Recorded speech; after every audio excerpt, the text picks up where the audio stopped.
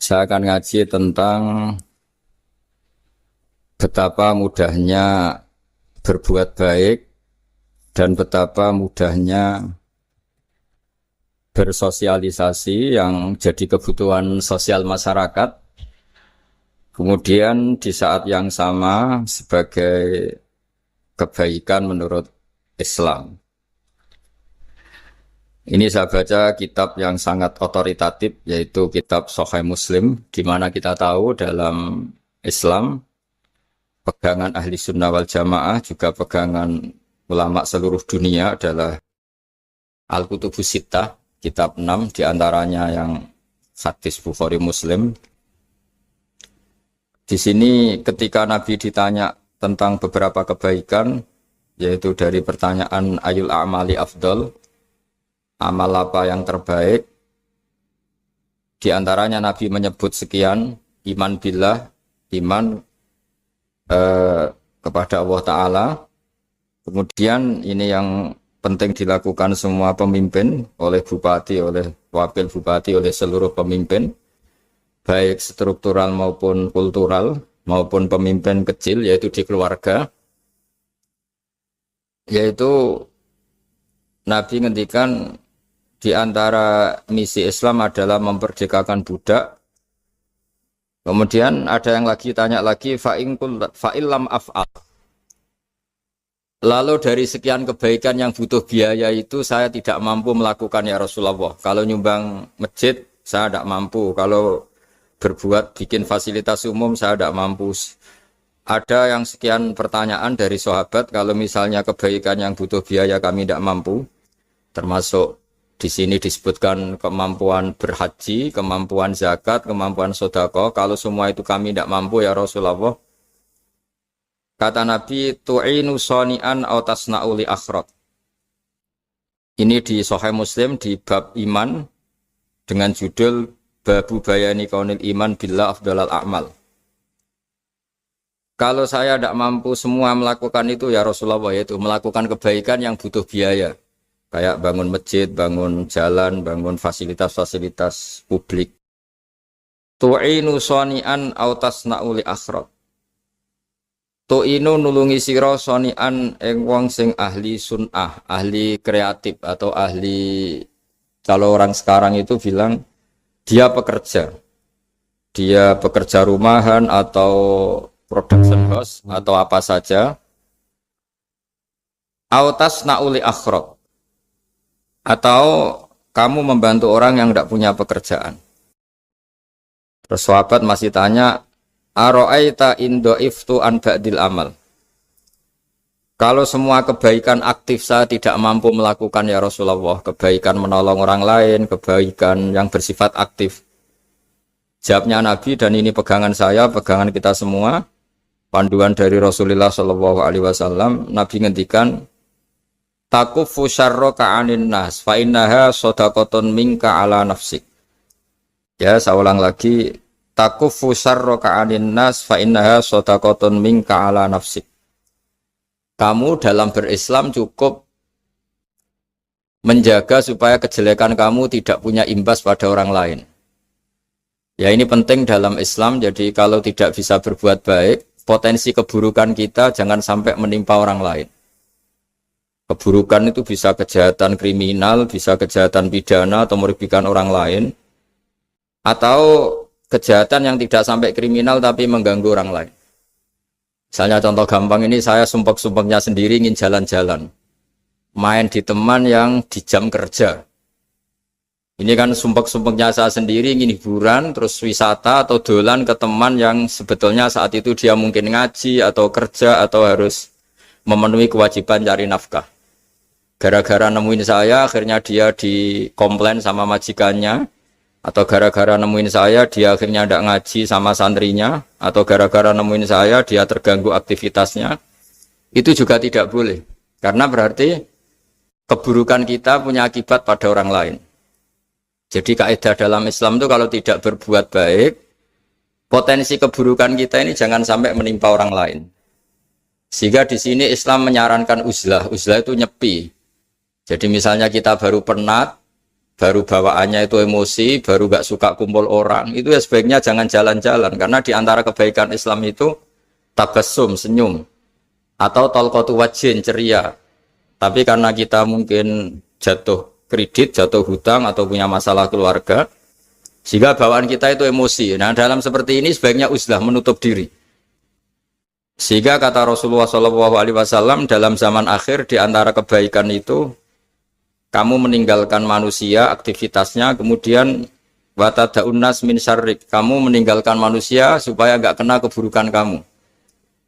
Jadi ada momen, ada saat di mana kita mungkin kalau ketemu orang itu bawaannya ingin sengak, ingin ngomong yang nggak enak, atau kita baru penat, itu sebaiknya uzlah saja, mengurung diri di kamar atau isolasi sendiri. Karena bawaannya baru emosi. Nah, ini yang jarang dipraktekkan. Kalau sekarang malah banyak yang saat susah, malah bawaannya ingin namam, ingin apa, menvonis orang lain atau ngadili orang lain. Padahal pesannya Nabi, kalau semua kebaikan aktif tidak bisa kamu lakukan itu, takuffu syarra ka'anin nas fa innaha shadaqatun minka ala nafsik. Sehingga keburukan kita, ya saya ulang lagi, keburukan kita yang ingin emosi, ingin apa, itu tidak punya akibat orang lain. Di sini kearifannya Rasulullah SAW, beliau masyhur ngendikan, layak dilqadi wa ghadban. Jangan sampai seorang hakim bikin keputusan ketika emosi, karena bawaannya orang emosi itu pasti nggak terkontrol intelektualnya, nggak terkontrol nuraninya, nggak terkontrol semua sifat baiknya. Itu kalau punya keputusan bahaya sekali. Sehingga Nabi dari awal ngendikan layak dilqadi wa ghadban, orang yang sedang emosi tinggi jangan bikin keputusan penting. Kemudian oleh ulama diteruskan juga jangan bikin keputusan penting orang yang sangat lapar, atau yang sangat kenyang, atau yang sangat ngantuk, atau yang super sibuk. Jadi hal-hal yang potensi buruk dalam mengambil keputusan itu harus ditinggalkan. Sehingga misalnya bupati atau wakil bupati kalau sedang tidak nyaman dengan suasana apa, nggak boleh rapat kemudian memutuskan keputusan penting. Begitu juga kiai dan semuanya. Nah, ini yang supaya otoritatif. Kenapa saya bawa kitab itu logikanya jelas ya. Kita sebagai dai, sebagai ustadz, atau sebagai mubalek, atau sebagai siapa saja, yang ingin kita wariskan ke umat Rasulullah adalah dawuh-dawuhnya Nabi. Dan kalau kita ngaji tidak pakai kitab, itu sebenarnya umat kita jejali dengan pikiran kita, dengan ide kita. Jangan-jangan ide kita, pikiran kita ini tidak mewarisi pikiran Islam, tapi pikiran kita, atau emosi kita. Tapi kalau kita baca kitab, artinya umat ini berhak mendapat apa yang diteladankan dan disabdakan oleh Rasulullah SAW. Tapi kalau kita, itu pasti inginnya itu kita. Misalnya kita Bupati Banyuwangi, mungkin kita akan cerita Banyuwangi dengan asik. Tapi bagi daerah lain, apa urgensinya bagi saya? Begitu juga kalau kita kiai, mungkin kita akan cerita fadhilnya kiai. Tapi bagi orang lain yang keutamaannya jadi pekerja, jadi satpam, jadi guru, jadi pegawai negeri yang adil. Sehingga subjektivitas kita ini akan tinggi. Tapi kalau kita sebagai kiai baca hadis, maka umat ini mendapatkan panduan dari Rasulullah SAW. Nah, dari sekian panduan itu, kata Nabi, jika Anda tidak bisa berbuat kebaikan aktif, maka kebaikan yang harus Anda lakukan adalah potensi kejelekan kamu jangan menimpa orang lain. Makanya saya berkali-kali bilang, saya ini termasuk kiai yang jarang main ke alumni. Karena tadi, kadang-kadang alumni itu sudah mau kerja di tempat kerjanya, atau mau janjian ngantar anaknya sekolah. Gara-gara ada saya, mungkin semua itu dibatalkan. Sehingga silaturahim itu juga harus dimanage supaya tidak mengganggu haknya orang yang kita silaturahimi. Jangan sampai silaturahim jam 9, saatnya orang kerja, kemudian dia dapat peringatan dari pabriknya gara-gara sering didolani kiainya. Itu kan jadi ribet. Atau kiai karena sering didolani terus tidak ngaji, menutupi tamu terus, itu kan jadi ribet. Apapun itu, sehingga orang itu harus berpikir perilakunya itu tidak punya akibat la doror wa la diror. Jangan mengganggu dirinya, juga jangan mengganggu orang lain. Ini oleh Nabi disebut takuffu syarra ka'adin nas fa innaha shadaqatun minka ala nafsik. Sifat buruk kamu itu harus dijaga supaya tidak menimpa orang lain, dan itu berarti menjadi sedekah kamu atau amal kamu pada diri kamu sendiri. Jadi ini penting dimaklumatkan ke semua kita bahwa saat kita tidak bisa berbuat baik aktif, misalnya nggak bisa sedekah, nggak bisa menolong orang, setidaknya keburukan kita tidak menimpa orang lain. Nah, termasuk keburukan yang terselubung adalah kita punya pikiran yang menurut kita ini hebat, tapi bagi orang lain mungkin bahaya. Misalnya kita punya pikiran ingin jadi orang kaya raya yang dermawan. Itu artinya kan pikiran baik karena ingin jadi dermawan. Tapi artinya bayangkan orang lain tuh miskin semua butuh derma kamu. Mana mau orang lain kamu bayangkan miskin butuh derma kamu. Orang lain juga bayangkan dirinya kaya gak butuh derma kamu. Itu namanya kebaikan yang subjektif. Kamu ingin jadi kiai yang ngajarin orang banyak. Oke, itu baik. Tapi kan berarti kamu bayangkan orang lain gak bisa ngaji terus kamu saja yang bisa ngaji sehingga kamu yang ngajarin. Ya sudahlah, kebaikan itu udah usah muluk-muluk seperti itu. Jadi apa yang ditakdirkan kita jadi bupati ya jadi yang baik, menolong pekerja-pekerja yang baik. Saya kemarin diceritain banyak oleh Mas Anas aktivitas Pemda Banyuwangi yang menolong banyak orang, juga masyarakat juga saling menolong dan seterusnya dan terusnya. Jadi ini jelas maksud saya supaya bupati dan semuanya pemimpin melakukan kebaikan itu berdasar panduan dari Rasulullah SAW, di mana di antara aturan yang dianjurkan beliau adalah aktivitas kita sebagai manusia adalah tu'inu soni'an au tasna'uli akhraq. Ya, saya ulang lagi, saya ulang teks hadisnya secara lengkap supaya dapat berkahnya Rasulullah SAW.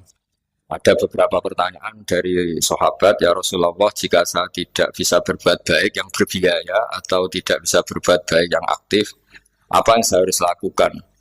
Nabi ngendikan tu'inu shani'an aw tasna'uli asra. Kamu membantu orang yang bekerja atau kreatif, orang-orang yang kreatif atau pekerja apa saja kamu bantu dan bantu orang yang tidak punya pekerjaan. Terus ditanya lagi, qultu ya Rasulullah ara'aita in dha'iftu an ba'dil amal. Bagaimana kalau itu pun saya tidak bisa ya Rasulullah? Terus Nabi ngendikan tafuqifu syarraka anin nas fa innaha shadaqatun minka ala nafsik. Yang penting keburukan kamu tidak menimpa ke orang lain dan itu bagian dari sedekah kamu. Nah, perlu saya ingatkan ke semua kita lah. Makanya pentingnya membaca umat Islam dengan ilmu usul fikih. Saya berkali-kali bilang, jika ada seseorang tidur, itu jangan kamu baca sebagai tidur yang meninggalkan tahajud, meninggalkan sholat qiyamul lail, meninggalkan wiridan di malam hari. Tapi juga bacalah saat itu dia tidak dugem, tidak maksiat, tidak narkoba. Sehingga barokahnya ilmu itu ada respek pada umat Islam yang tidur. Karena tidur itu juga ada fungsi meninggalkan sekian maksiat, sekian kriminalitas. Tapi kalau kita kulino tidak baca dengan ilmu, maka melihat orang tidur itu ya kayak meninggalkan tahajud, meninggalkan wiridan, meninggalkan qiyamul lail. Sehingga bawaannya kita ini akan kurang respek. Tapi kalau kita membacanya dengan ilmu, orang yang tidur di malam hari, maksudnya ya sudah sholat isya, itu ada sekian potensi maksiat yang dia tinggalkan. Dia tidak merasani orang, tidak adu-adu orang di medsos, dia tidak dugem, tidak meninggalkan. Pokoknya ada sekian kebaikan dalam saat tidur itu. Ini barokahnya ilmu. Tanpa ilmu kita tidak bisa respek seperti ini. Karena bawaannya akan, oh ini malam-malam tidak tahajud, tidak wiridan, tidak apa. Tapi kalau kita dengan ilmu, itu akan membaca dengan tidur, artinya orang tidak maksiat, tidak dugem, tidak ngerasain orang, tidak ngata-ngatain orang. Nah di sini Sadaqallahul Azim ketika ngendikan wa min ayatihi manamukum billaili wan nahar. Termasuk ayat Allah itu orang tidur. Maksudnya tidur yang dengan dimaknai positif tadi, bisa istirahat, bisa meninggalkan maksiat, bisa apa-apa. Nah ini di sini hebatnya Rasulullah SAW ketika beliau memandu kebaikan. Di antara kebaikan itu apa? Takufu syarroka anin nas fa innaha shadaqatun minka ala nafsik.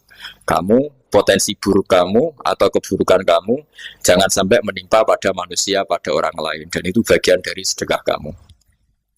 Ya, saya mohon maaf sama Bu Bupati, sama semua Pemda, sama Wakil Bupati karena saya tidak bisa lama-lama. Saya punya wadifah. Tadi ini pun sudah ngurting ngaji saya karena saya harus ikut ngaji di sini. Dan mari sama-sama berdoa. Al-Fatihah. Jadi status gambaan ini kita mantapkan dulu. Jangan ada status lain kita di depan Allah kecuali status kehambaan. Saya punya analogi dan itu saya ulang-ulang karena di antara ciri Quran itu mengulang-ulang sesuatu yang harus jadi pegangan. Saya ulang lagi, di antara ciri Quran itu mengulang-ulang sesuatu yang jadi pegangan. Jika kita belajar ilmu fisika atau ilmu apa saja, maka kita akan bicara materi sesuai statusnya. Jadi kita harus latihan untuk iman kepada Allah. Saya tanpa mengurangi rasa hormat, saya memberi contoh begini ya. Ini jam, materinya dari besi. Ini kertas, materinya ya kertas. Tentu secara fisik, orang akan bilang jam ini lebih kuat timbang kertas. Dan itu pasti dibenarkan dari segi materi. Tapi kalau Anda beragama dan Anda tahu bahwa pengendali alam raya ini Allah Ta'ala, maka kamu akan bilang, terserah Gus Baha. Gitu. Bisa saja jam ini saya punya niat saya hancurkan, kertas yang lemah ini saya simpan. Sehingga jam tangan ini 5 menit lagi saya hancurkan sehingga benar-benar rusak. Sementara kertas ini saya simpan sampai bertahun-tahun awet. Nah, kira-kira seperti itulah ilmu manusia. Sesuatu yang kita sangka kuat, ternyata Allah punya rencana menghancurkan itu. Dan yang kita sangka lemah, ternyata Allah punya rencana untuk mengabadikan itu. Nah, di sini pentingnya iman, lahu maqalidus samawati wal ardh. Hanya Allah yang mengendalikan semua. Jadi jangan mentang-mentang kita punya ilmu bahwa materi besi itu lebih kuat timbang kertas, terus kita pastikan bahwa besi lebih awet ketimbang kertas. Kita sisakan satu keyakinan, terserah Allah, terserah pengendalinya. Nah itu agama, bilang terserah pengendalinya itu agama. Ya mungkin tadi aja problem sinyal, saya ulang lagi.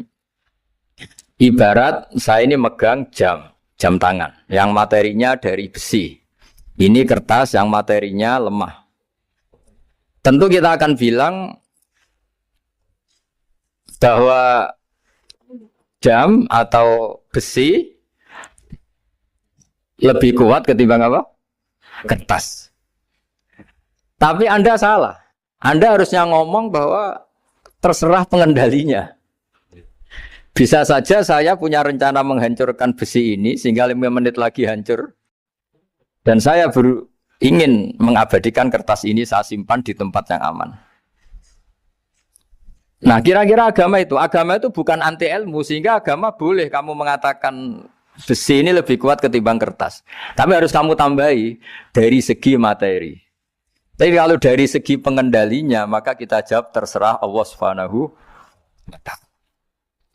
Nah ini di sini pentingnya beragama. Jadi meskipun Mars tuh kayak apa kuatnya, bumi, gunung kayak apa kuatnya. Ternyata gunung yang kita kira kuat, ternyata nyimpan magma yang potensi meledak. Yang gunung kecil, yang kelihatan dari pasir kecil yang tidak berdaya, ternyata nggak nyimpan magma, jadi nggak direncanakan untuk diledakkan. Itu, nah agama itu seperti itu, yang disebut di surat Yasin misalnya Allah itu siapa? Biyadihi malakutu kulli, yang dalam kendalinya itu semuanya di alam raya ini. Sehingga di kehidupan nyata juga sama. Ada orang yang nekuni ilmu ekonomi, tapi miskinnya Masya Allah. Ada yang gobloknya Masya Allah tapi kaya. Ada kiai yang punya doa banyak, hidupnya biasa. Yang nggak punya doa kaya. Itu saya pernah baca di sebuah hadis qudsi. Ada riwayat begini. Nabi Musa ketemu Allah ditanya. Limadha kata Allah. Kenapa saya memberi rezeki orang yang bodoh? Mak itu orang yang bodoh sekali. Kadang tak ciptakan dia jadi orang kaya. Dan yang pintar ekonomi kadang tak ciptakan jadi orang miskin. Si Nabi ini tanya, kenapa ya Allah? Supaya dia tahu yang mengendalikan rezeki itu saya, bukan ilmunya dia.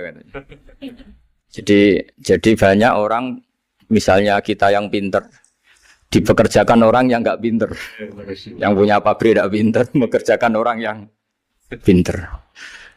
Jadi ya kira-kira agama itu seperti itu. Sehingga dalam kita beragama itu yang paling ditekankan itu tawadhu. Tawadhu itu merasa sopan atau memang sopan betul. Kalau dalam Ihya disebut sekiranya Anda tidak bisa tawadhu secara rasa, tawadhulah secara ilmu. Saya ulang lagi ya, sekiranya Anda tidak bisa tawadhu secara rasa, tawadhulah secara apa? Ilmu. Karena ilmu itu akan abadi. Saya beri contoh begini. Saya ini kan misalnya kiai di kampung saya atau di kecamatan saya. Saya mungkin bisa merasa hebat karena saya tokoh di sini. Tapi pastikan sebelum ada saya yang bernama Baha ini, agama sudah jalan. Dan di daerah lain yang nggak kenal saya juga agama sudah jalan. Betapa tidak pentingnya saya di kawasan-kawasan yang nggak butuh saya atau di era yang sebelum ada saya. Nah dengan ilmu seperti itu orang pasti tawaduk karena dia tahu daerah yang nggak ada saya ternyata ya ada masjid, ada agama. Periode yang sebelum ada saya juga agama jalan. Sehingga kita tidak kumo luhur, wah kalau nggak ada saya agama nggak jalan. Zaman Wali Songo nggak ada saya agama ya jalan. Ekonomi juga gitu. Kalau Anda pakar ekonomi yang mensejahterakan rakyat, cara tawaduk itu kalau nggak bisa dengan rasa, dengan ilmu. Sebelum ada kamu banyak orang kaya, banyak orang yang nggak kenal kamu juga kaya. Banyak periode yang saat itu udah ada Anda juga kaya. Berarti Anda ini tidak siapa-siapa. Makanya saya pernah didatangin seorang profesor, ini kisah nyata. Gus, sebetulnya saya dengan bapak saya itu pinter mana? Bapak saya itu tidak tamat SD, tapi saya bisa profesor. Saya ini profesor, anak saya naik kelas saja sudah senangnya bukan main. Setidaknya ini orang bodoh bisa menciptakan orang pinter, yang orang pinter kesulitan menciptakan orang pinter lagi. Nah, kalau kita tidak bisa tawaduk secara rasa, tawaduklah secara ilmu. Ikhlas juga gitu, saya sering ngajarkan ikhlas di beberapa kesempatan ngaji. Kalau Anda tidak bisa ikhlas secara rasa, ikhlaslah secara ilmu. Pasti bisa, bukan mungkin bisa, pasti bisa. Secara ilmu. Makanya di Quran disebut fa'lam annahu la ilaha illallah. Ilmu, fa'lam itu dari kata ilmu. Saya beri contoh, saya mulai kecil sampai sekarang. Sekarang saya sekitar umur 50 tahun. Mulai kecil sampai sekarang itu ya bilang kalau kertas ini putih. Itu ya ada yang gaji, ada yang bayar. Tapi saya selalu bilang kertas ini putih. Yang hitam ya saya katakan hitam, yang merah saya katakan merah. Kenapa? Karena itu fakta. Saya ulang lagi, karena itu fakta. Sehingga saya untuk mengatakan putih tidak perlu ada yang bayar. Sehingga ketika kita latihan sholat, latihan ibadah, dan mengakui Allah itu sebagai Tuhan kita akan malu. Loh, faktanya Allah itu kan Tuhan. Mau mengatakan fakta kok minta upah ini gimana? Kita mengatakan Allah Tuhan itu sama dengan mengatakan kertas ini putih. Sama-sama itu fakta. Sama seperti saya mengatakan Pak Jokowi itu presiden kami. Itu kan fakta. Masa nunggu kalau dikasih BLT katakan presiden, kalau enggak ya enggak. Itu kan ribet jadi. Pak Manut misalnya rektor UGM. Mbok saya enggak digaji di sana atau enggak kerja di sana bilang kalau beliau itu rektor. Pak Ganjar gubernur Jawa Tengah. Mbok saya dikenal apa enggak ya beliau tetap gubernur. Lama sekali kita mengatakan fakta itu ikhlas. Ikhlas itu artinya enggak minta apa-apa. Karena kita ingin ngomong sesuai fakta. Nah Allah Tuhan itu fakta gitu. Nah kenapa untuk mengatakan Allah Tuhan nunggu? Dah saya ini Tuhan kamu. Ya nunggu dulu Gusti, kalau engkau masukkan kami ke surga, engkau Tuhan. Kalau enggak ya enggak jadi. Tidak bisa seperti itu. Ya Allah tetap Tuhan. Nah kalau Anda tidak bisa ikhlas secara rasa, ikhlaslah secara ilmu. Ilmu ya tadi kita akan selalu bilang yang putih, putih, yang hitam, hitam. Makanya ini pentingnya ilmu. Tawaduk juga gitu. Kalau Anda ditakdir orang yang GR, yang gede rumongso, ditakdir orang yang kumo luhur, secara rasa bisa dilawan secara ilmu. Ada periode di mana sebelum ada kita yang kaya ya banyak, yang dapat hidayat ya banyak, yang terpelajar ya banyak. Ada daerah yang nggak kenal kita, nyatanya pendidikan di situ jalan, sistem sosial baik. Betapa tidak pentingnya kita. Nah ini nanti memaksa kita atau melatih kita untuk tawaduk. Nah dari hikmah ilmu itu kemudian kita minta maaf sama orang lain itu mudah. Karena kita sadar bahwa adanya kita ini problem. Saya sering digojlok orang-orang kaya. Orang-orang kaya itu ya kadang agak kurang ajar tapi nggak bisa dibantah. Begini, pernah tanya saya gini, Gus, saya ini punya mobil mahal, harganya 2 miliar. Kayaknya yang berhak pakai jalan raya saya kan. Bisa, bayarnya pajak saya mahal. Sehingga kayaknya paling pantas saya. Yang naik ontel itu kan nggak bayar pajak.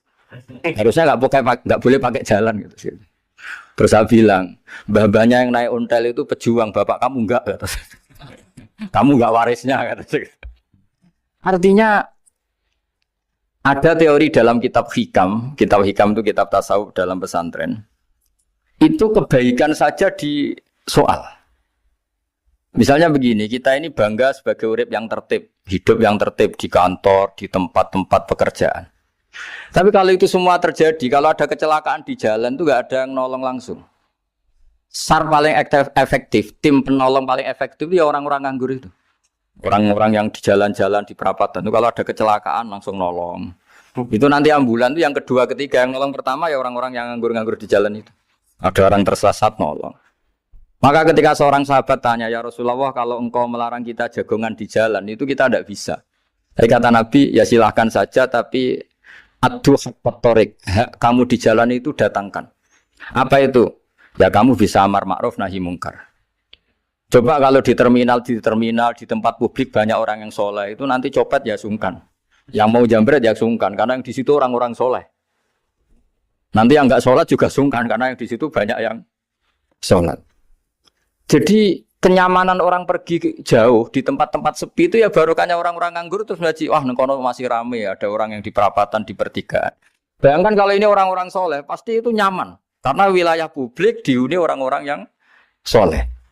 Tapi orang pasti bilang itu nggak tertib. Kita inginnya hidup ya tertib di kantor atau yang suka di masjid, di masjid. Tapi kalau itu terjadi, itu nggak ada tim SAR gratis yang setiap saat kalau ada orang kecelakaan nolong. Makanya dalam makalah hikam itu paling masyhur diantaranya itu manusia itu siapa? Manusia itu mangkanat mahasinuhu masawiyah, fakih falatakun masawihi masawiyah. Manusia itu orang yang saat baik saja ada salahnya, apalagi masalah. Jadi kalau kamu punya toko lagi laris dan saat laris itu Anda ngerumat keluarga Anda melakukan kebaikan pada keluarga Anda, pasti ada toko lain yang termahjubkan, yang tersingkirkan. Makanya saya pernah diskusi sama kiai besar, guyonan sama saya. Kita kalau kiai besar sebaiknya kalau diundang di musala kecil datang apa enggak? Kata kiai yang satu, jangan datang Gus, itu jatahnya kiai kecil. Terus kata yang satu, datang Gus sebagai bukti tawaduk bahwa kita kiai besar pun mau diundang yang kecil. Akhirnya kita ini ya kadang datang kadang enggak, karena kadang kita enggak datang supaya jatah rezeki kiai kecil enggak terambil. Kadang ya mau datang supaya dikira tawaduk. Makanya kalau seorang profesor sering turba di bawah itu ya kasihan yang S1, SPDI itu kan nanti enggak jadi bintang kalau profesornya sering turun. Kalah terus itu. Jadi kadang-kadang itu orang itu harus berpikir secara ilmu, jangan rasa terus. Jadi itu ilmu. Jadi semua yang kebaikan yang kita lakukan itu secara ilmiah bisa diperdebatkan. Ada orang senang ngomong serius supaya bangsa ini maju. Tapi bapak saya itu pesan saya, kamu kalau ngiyai itu jangan sering ngomong serius kan. Masyarakat sudah capek mikir utang, mikir keluarga. Jadi itu sowan kiai dijak ngomong serius lagi nanti capek kan. Sehingga kiai-kiai dulu itu kalau ketemu orang ya guyon terus. Karena tahu masyarakat sudah capek. Sudah banyak yang takut tanggal kredit gitu. Sudah takut tanggal kredit, takut problem sowan kiai diancam neraka lagi itu kan ketakutan berkali-kali. Jadi makanya ini kan kebaikan itu dievaluasi karena kita tidak nabi, tidak wali. Jadi kalau kata hikam itu apa yang Anda kira baik itu ada masalah. Apalagi sedang masalah. Saya sering cerita ada orang suami istri harmonis sekali. Itu tanyakan ibunya, pasti mulai gak peduli dengan ibunya karena terlalu harmonis dengan istri. Tapi itu pasti bukan mungkin lagi. Jadi jangan tanya istrinya, tanya ibunya. Oh, jok nikah lupa saya. Ngalor ngidul sama istrinya. Tanyakan temannya. Wah, itu jok nikah lupa temennya. Tapi yang baik sama teman, tanyakan istrinya. Jatah belanja untuk ngopi. Begitu terus itu. Jadi siklus sosial itu. Nah, di sini pentingnya saling minta maaf karena dalam kebaikan kita pasti ada kesalahan. Ketika karir kita baik di pemerintahan maupun di kampus, pasti dengan sendirinya ada yang agak tersingkirkan. Meskipun itu sudah hukum alam. Tapi apapun itu kita harus minta maaf. Makanya banyak, saya sering cerita berkali-kali, dulu itu ada dua nabi yang seangkatan. Itu luar biasa debat ilmiahnya. Tapi debat baik. Mulai dulu ya ada polemik itu ya mulai dulu ya ada. Yang Nabi Yahya itu suka berkawan orang-orang soleh. Kalau ditanya, kenapa kamu berkawan orang-orang soleh? Ya enak lah. Karena berkawan orang soleh. Yang Nabi Isa sering berkawan orang-orang yang nggak jelas. Ditanya, kenapa Anda suka berkawan orang-orang yang nggak jelas? Innama ana tabibun udawil mardo. Nabi dan kiai itu ibarat dokter, ya tentu menyembuhkan yang sakit. Sakit. Kalau Anda seorang dokter pasti neliti daerah-daerah pandemi, masa neliti daerah sehat? Nah, jadi dulu bapak wasiat ke saya gitu, kowe nak jadi kiai kok bengkel. Jadi kiai itu kayak bengkel. Kalau nggak siap dadani orang nggak jelas ya jangan jadi kiai kan. Itu ya, tapi kan masalahnya kita sendiri solehnya pas-pasan, takut terkontaminasi. Jadi yang jelek bukan jadi baik, kita yang baik jadi jelek. Nah itu kan mulai dulu ya polemik sejauh mana kita punya kekuatan untuk tidak terpengaruh yang negatif. Yang negatif terpengaruh kita menjadi positif. Jadi ini cerita-cerita sawalan bahwa dalam kebaikan kita itu ada kesalahan. Maka kita tetap istighfar, tetap saling minta maaf. Dulu bapak saya kalau diceritain ada seorang kiai sampai sepuh jadi imam masjid, istiqomah sekali. Dulu bapak saya itu guyu. Ya istiqomah, tapi wong liya terus ra iso dadi kader. Jadi calon-calon kiai ini sudah putus asa karena nggak pernah punya kesempatan jadi imam. Jadi di balik istiqomah itu ya ada memahjubkan orang lain. Makanya alhamdulillah di Indonesia itu ada pegawai pensiun. Kalau enggak habis itu. Karena yang anyar-anyar itu mesti ini kurang pengalaman, ini kurang senior. Tapi barokahnya ada pensiun kan gantian. Tapi masalahnya di dunia kiai itu udah ada pensiun. Tambah sepuh tambah mantap, tambah sepuh tambah mantap. Nah itu sebaiknya ya mulai mundur-mundur sedikit dari imam masjid itu. Ya nyari-nyari yang lain lah supaya ada kaderisasi, ada. Jadi intinya itu di balik kebaikan yang kita lakukan pun itu ada masalah sehingga kita butuh istighfar. Di sini pentingnya dawuhnya para wali-wali, dulu ada istilah wastighfaruna yahtaju ilal istighfar. Ketika kita minta maaf, sebetulnya minta maaf sendiri itu butuh minta maaf lagi. Minta maaf lagi itu butuh minta maaf lagi. Misalnya saya dengan Mas Hilmi ini akrab, pernah pakai uangnya misalnya. Itu kadang kita bayar itu malah tersinggung, kok kayak orang lain saja bayar. Minta maaf juga gitu, kalau kamu punya teman akrab, terus minta maaf resmi itu tersinggung. Kayak wong liya ae jaluk sepuro. Jadi kadang jaluk sepuro itu malah masalah. Itu kan sama, kamu punya teman akrab terus kalau mau main, assalamualaikum, sakit masuk nopo boten, angsal boten. Boleh enggak main, itu mesti teman kamu tersinggung. Kok kayak orang lain saja. Artinya ketika Anda merasa benar karena protokoler ketika masuk ke teman, ternyata itu salah. Teman kamu maunya enggak protokoler karena sudah akrab. Tapi ketika kita merasa akrab, ternyata selonang-selonang dianggap problem, kita tidak pernah tahu.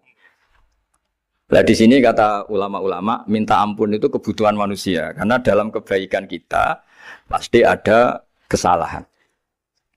Makanya disebut, wastighfaruna yahtaju ilal istighfar.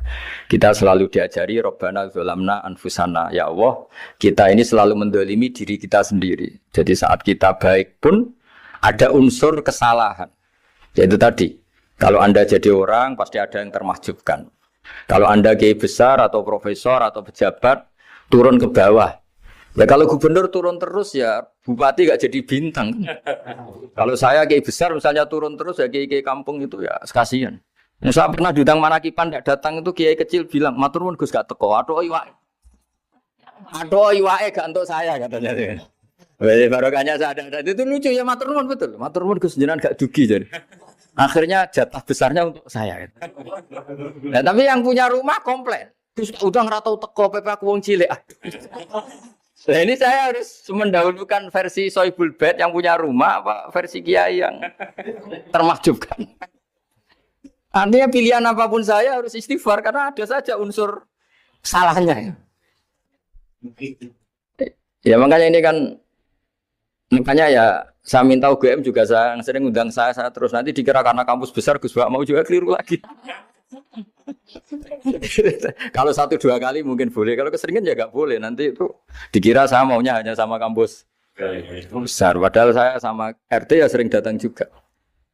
Nah ini yang terakhir saya bacakan teks otoritatif sebagaimana janji saya. Kata Rasulullah SAW di sebuah hadis. Ini terakhir nanti supaya nggak lama-lama saya juga punya wadhifah. Ada orang itu punya hutang. Hutang itu ya hutang, memang hutang. Singkat cerita orang itu tidak bisa bayar sampai akhirat. Dan aturannya Allah, orang yang punya hutang tidak bisa bayar ini harus diaudit, harus diselesaikan di akhirat. Kalau tidak bisa diselesaikan di dunia, diselesaikan di akhirat. Walhasil akhirnya di akhirat itu ditagih dan tidak mampu bayar. Karena di akhirat sudah tidak ada kredit, tidak ada ATM, tidak ada apa saja. Terus kata Allah, solusinya kebaikan kamu dikasihkan yang ngutangi. Ternyata kebaikan dia tidak cukup juga. Bayarnya apa? Kejelekan yang ngutangin dikasihkan yang utang. Kayak apa celakanya? Kebetulan yang ngutangi salahnya banyak, ini kan repot. Tapi Allah itu tidak suka kalau ada orang mukmin yang satu saudara kemudian masuk neraka karena saudaranya ini. Kata Allah, jika ini masuk neraka berarti disebabkan komplain atau ketidakikhlasan temannya yang mukmin. Masa orang mukmin menyebabkan mukmin yang lain masuk neraka? Allah tidak ingin. Makanya diantara nikmatnya beragama itu ukhuwah, persaudaraan. Baik persaudaraan atas nama iman atau atas nama kebangsaan atau atas nama kemanusiaan. Akhirnya si yang ngutangi ini tadi, jangan dibahasakan kreditur, nanti kita kayak bank, yang ngutangin nanti. Ya bahasa gampangnya yang ngutangin, karena tidak semua orang ngutangnya sama bank. Sama Allah ditunjukkan satu surga yang luar biasa. Nanti tak baca teks Arabnya ya, supaya dapat berkahnya bahasa Arab. Terus saking mewahnya surga itu, si yang ngutangin tanya, ya Allah itu untuk nabi siapa?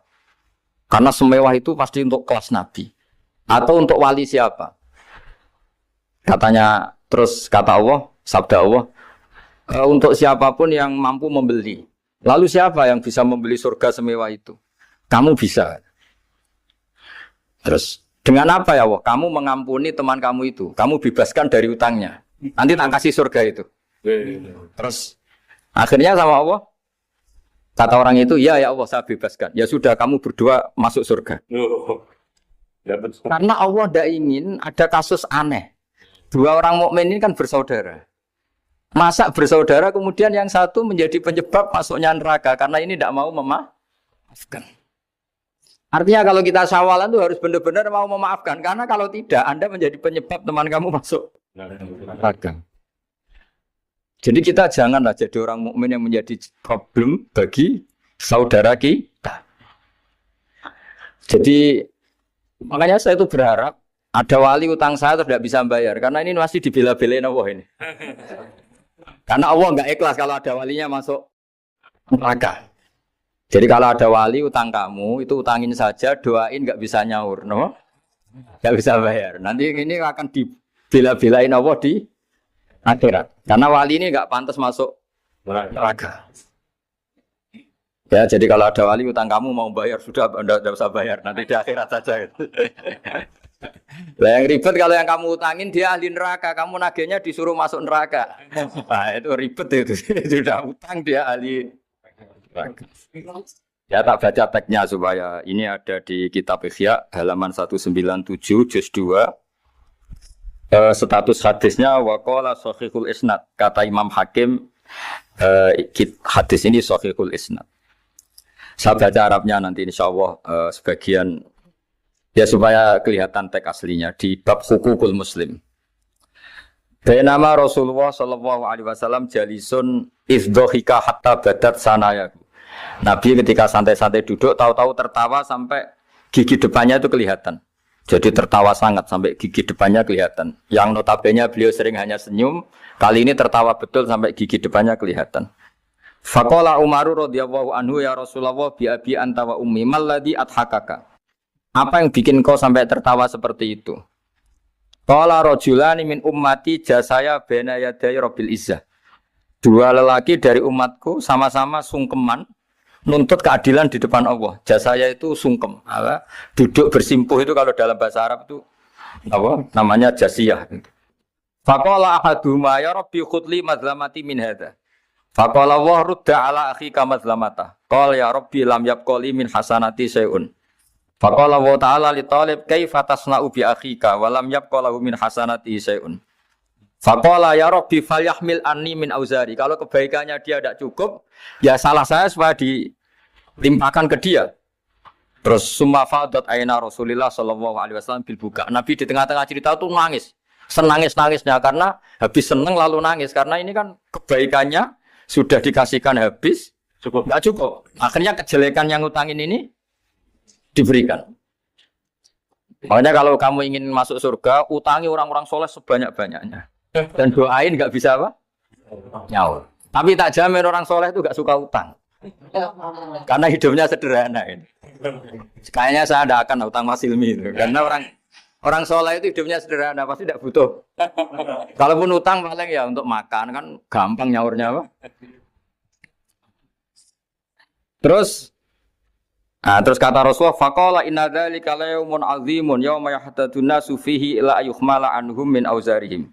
Terus fayaqulu Allah ta'ala lil mutadzallim irfa basarak. Coba kamu lihat yang di sana itu ada apa?